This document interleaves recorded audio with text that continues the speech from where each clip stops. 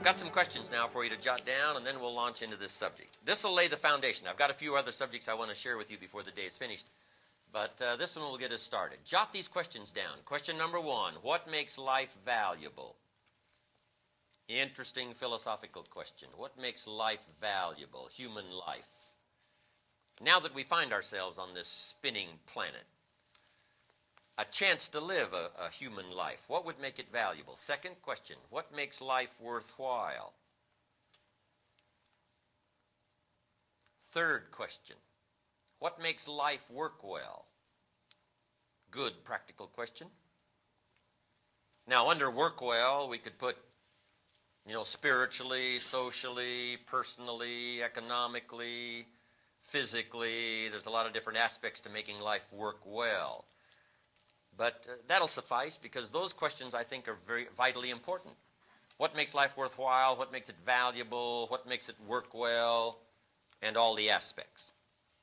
If your life doesn't work well in some aspects, what would you fix? And I've got some good answers on that. There's usually about a half a dozen things that makes 80% of the difference. That's the formula. There's usually about a half a dozen things that makes 80% of the difference. Now, what's interesting about this formula is it's not exactly half dozen, and it's not exactly 80%. This is just sort of a unique way to say it. Here's another way we might say it. Keep looking, whatever the project is. Keep looking for the few things that makes the most difference. Boil it down to the most important components that'll take care of most of it. And I think if you look through a lot of major subjects, you'll come to this same conclusion. To be good in sales, there's about a half a dozen major things to practice that'll give you an 80% chance of really being good in sales. For a management career, there's about a half a dozen things. For a good marriage, there's about a half a dozen things. For good health, there's not 1,000 things you have to work on. There's not 500 things you have to do every day. About a half a dozen will take care of most of it. Now, what was exciting about this formula when Mr. Scho first shared it with me was, if there's only a half a dozen things, I could learn it. I mean, if there's 500 things, probably left me out. I only went to 1 year of college, halfway through my second year. So if it's going to take a lot of education, it's probably going to leave me out. But when he said, no, there's about a half a dozen things that'll take care of most of it, whatever the project is, I said, then if it's a half a dozen, I can learn it. So here's what I found out. Life change really is very simple. It's really very easy. For financial independence, there's about half a dozen things. No one, especially in this country, needs to go without financial independence, because it's not that difficult to master. There's not 1,000 things to learn. You don't have to go through all of the technology over a lifetime. Just a few things, major things, that'll take care of most of it, and you've got it made. When I have a chance to share with my teenage friends, by the way, I've got a new book coming out, hopefully this year, if we can get it done this year, for my teenage friends, and I think the title is going to be, Of Course Kids Should Pay Taxes. It's going to be a good book. You'll enjoy it. And in boiling things down for my teenage friends, that's what they're interested in knowing. Can I do it? Can someone like me master it? And the answer is always yes. I tell them I got rich by the time I was 31. I was a millionaire by the time I was 31. My teacher taught me well that 6 years, from being broke at age 25 to being rich at age 31. And kids say, wow, how did you do that? Here's the best news I give them. It was easy. Best news they've heard for a long time. Here's somebody talking to you that got rich by age 31, and he says it was easy. 3 major reasons why I got rich by the time I was 31. Let me give you those. Number 1, I lived in America. I mean, that takes care of most of it. A democracy, a place of freedom. Everybody wants to come to America because it's easy here. People haven't plotted and schemed for 40 years saying, if I could just get to Poland, everything would be okay. No, everybody wants to come here. Neil Diamond sings, looks like everybody's coming to America.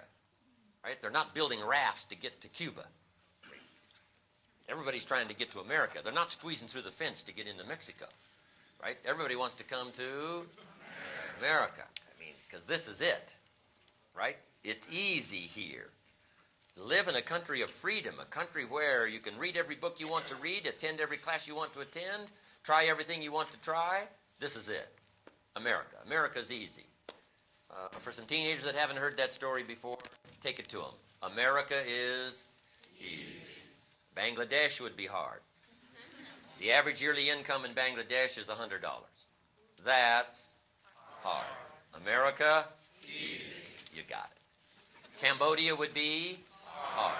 The Khmer Rouge killed 2 million Cambodians so that the 5 million that were left would do the deal. That's hard. America, easy. You got it already. In about 90 days, you can have that memorized. No problems here. I got rich by the time I was 31. Number one, I lived in America. Here's number two. I found opportunity. And that's what you're all about, opportunity. Starting opportunity, preaching opportunity, living opportunity, practicing opportunity, and offering opportunity. How much opportunity is there in America? It's unprecedented. Opportunity beyond the wildest imagination of most people who live everywhere else in the world. I found opportunity. Now here's number three. I found a teacher willing to teach me. Somebody who took the time to translate ideas that I could understand, foreign boy from Idaho. And that's how I did it. Those three basic reasons. Lived in a democracy of freedom, found opportunity, found a teacher willing to teach me. And I was rich by 31. Now someone says, well, Mr. Rohn, if it was so easy to get rich by age 31, how come everybody else around you during that same period of time, how come they didn't get rich? Here's why. It's easy not to.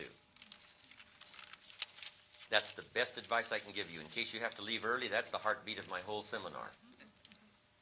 What's easy for one should be easy for all. Someone says, no, Mr. Rohn, for all the rest of the people around you during that time, for them it was hard, and for you it was easy. That's not true. You couldn't debate me on that point in front of this intelligent audience. What's easy for one is easy for everyone. However, let me put it now in a philosophical phrase, since I tend to be a bit philosophical. Here it is. What's easy to do is also easy not to do. That's the difference between success and failure. That's the difference between pennies and fortune. That's the difference in flourishing and not having much. That's the difference between trinkets and treasures. What's easy to do is also easy not to do. I can give you in one sentence how I got rich by 31. Here it is. If you're ready, say I'm ready. Ready. Here it is. I did not neglect. Now you've got to underline that. I did not neglect to do the easy things that I could do every day for 6 years. Now once you've got that, you've got the heartbeat for life change. Underline, did not neglect. Major reason why people don't have it all. Neglect. How else would you describe it? Especially living in a country like this. And here's the problem with neglect for your notes. It starts as an infection. And if you don't take care of it, it becomes a disease. Indulge in neglect long enough and it'll have you by the throat. Shutting off air supply, shutting off opportunity. Neglect is a disaster. Now here's the further compounding of the disaster. One neglect usually leads to another. Neglect to do wise things with your money, then you'll neglect probably to do wise things with your health. Neglect to do wise things with your health, you'll probably neglect to do wise things with your friendships. Neglect to do wise things with your time. Neglect to do wise things with opportunity. I'm telling you, it starts to compound. Once the house starts coming down, it starts coming down. And it finally falls in disrepair. So, the whole clue to life change, number one, is to clean up all neglect. Because the rest of it is basic and simple. I mean, how difficult is it? My mama taught good health. My mama extended her life, the doctor said, at least 10, 15, maybe 20 years by the study of good nutrition. And she passed it on to me, passed it on to my father. My father's 92, healthy as can be. I passed the big 5-0 a lot of years ago, healthy as I can be. I got 2 daughters, 34 and 35, completely healthy, all their lives. I got 2 grandkids, healthy as can be. Mama taught us. About how many things? About a half a dozen things, I'm telling you. So the key is to not learn another 100 things. People aren't healthy because they know 1,000 things. No. People are healthy because, number one, they find out the half dozen things. That's number one, find out. And number two, do not neglect to practice. That's the whole key. I can't give it to you in any simpler form.